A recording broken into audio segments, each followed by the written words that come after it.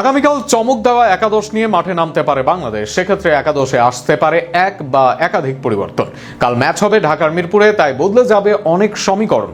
অন্যদিকে বৃষ্টিতে ম্যাচ না হলেও সিরিজ জিতবে টাইগাররা। আরও থাকছে প্রতিবেদনে।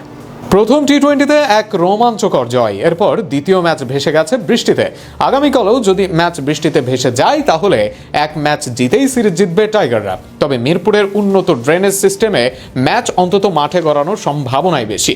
নিউজিল্যান্ডের বিপক্ষে প্রথম ম্যাচ জিতলেও আগামীকাল শেষ ম্যাচে একটি পরিবর্তন এনে আরও শক্তিশালী একাদশ সাজাতে পারে টিম ম্যানেজমেন্ট।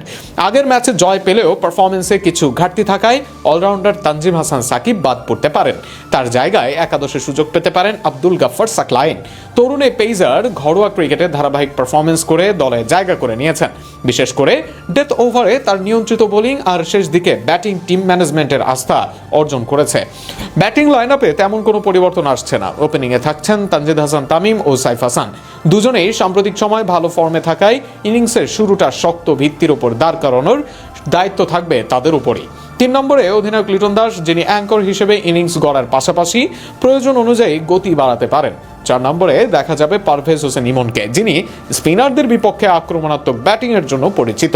5 নম্বরে তাওহিদ হৃদয় ইনিংস মেরামত ও বড় স্কোর গড়ার দায়িত্বে থাকবেন। ফিনিশিংয়ের দায়িত্বে থাকবেন শামীম হোসেন পাটোয়ারি, যিনি শেষ দিকে দ্রুত রান তোলার সক্ষমতা রাখেন। স্পিন বিভাগে শাক মাহাদি হাসান ও রিশাদ হোসেনের উপরে আস্থা রাখছে দল। মিডল ওভারে এই দুজন প্রতিপক্ষকে চাপে রাখতে গুরুত্বপূর্ণ ভূমিকা পালন করবেন। যদিও স্কোয়াডে নাসুম আহমেদ আছেন, তবে একাদশে এগিয়ে রয়েছেন মাহেদি ও রিশাদ। দুজনেই গত ম্যাচে ভালো করেছেন। পেস আক্রমণে আব্দুল গাফফার সাকলাইনের সঙ্গে থাকবেন শরীফুল ইসলাম। বামহাতি এই পেসার তার ভেরিয়েশন দিয়ে প্রতিপক্ষ ব্যাটারদের সমস্যায় ফেলতে সক্ষম। পাশাপাশি নতুন বলে উইকেট তুলে নেওয়ার দায়িত্ব থাকবে তাদের উপর। তবে যদি তানজিমকে একাদশে রাখা হয়, বাদ পড়বে রিশাদ। কিন্তু মিরপুরের উইকেট যদি স্লো হয় তাহলে 3 স্পিনার নিয়ে খেললেও আশ্চর্য হবার কিছুই থাকবে না। ম্যাচটি অনুষ্ঠিত হবে মিরপুর শেরেবাংলা ন্যাশনাল স্টেডিয়ামে। শুরু হবে দুপুর 2টায়।